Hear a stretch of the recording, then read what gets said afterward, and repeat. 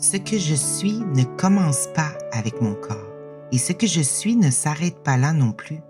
Le corps est une expérience, une forme, un point de vue précis à partir duquel quelque chose de beaucoup plus vaste se vit. Ce que je suis vraiment, je l'appelle l'être, ou l'esprit, ou le divin, ou la fille de Dieu. Peu importe le terme, je parle de cette présence vivante, intelligente, tout amour d'une puissance illimitée qui perçoit, qui imagine, qui crée et qui fait l'expérience d'elle-même. Pour moi, l'esprit n'est pas quelque chose de mental ou d'abstrait. Il inclut le cœur, l'intelligence, la sensibilité, la puissance créatrice. C'est ce qui a rendu possible l'existence des corps physiques, énergétiques, subtils et de toutes les formes d'expérience. L'être n'a pas de contours, il est vaste, sans limite réelle. Et pourtant, il peut choisir de se vivre avec des contours, de se spécifier, de se regarder à travers des formes, des identités et des histoires.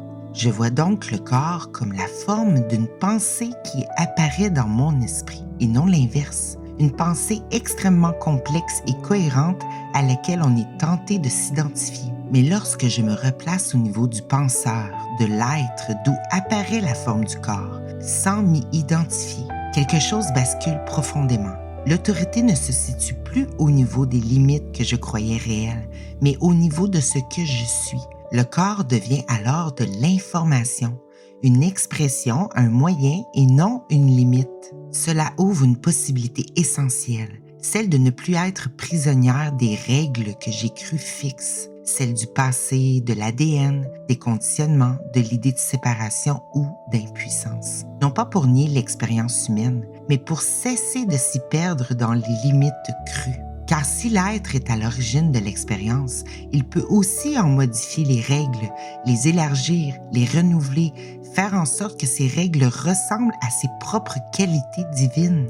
Ce que nous appelons les miracles sont des visions progressives de ce que nous avons toujours été. Du point de vue du corps, cela semble nouveau. Du point de vue de l'être, c'est un souvenir qui rejaillit à la conscience. J'aime me souvenir que rien n'a jamais été perdu parce que les limites ont été choisies, envisagées, explorées, mais jamais subies. Et quand je me place là, dans cette identité vaste, tout redevient possible. Il n'y a plus de conflit. C'est la vision de moi-même que j'aime naturellement, de tout cœur, parce que je suis en paix et en sécurité. Et surtout, ça me permet d'être libre et joyeuse d'explorer la forme en sachant que je ne suis pas limitée par elle. Qu'en dis-tu, ça te parle?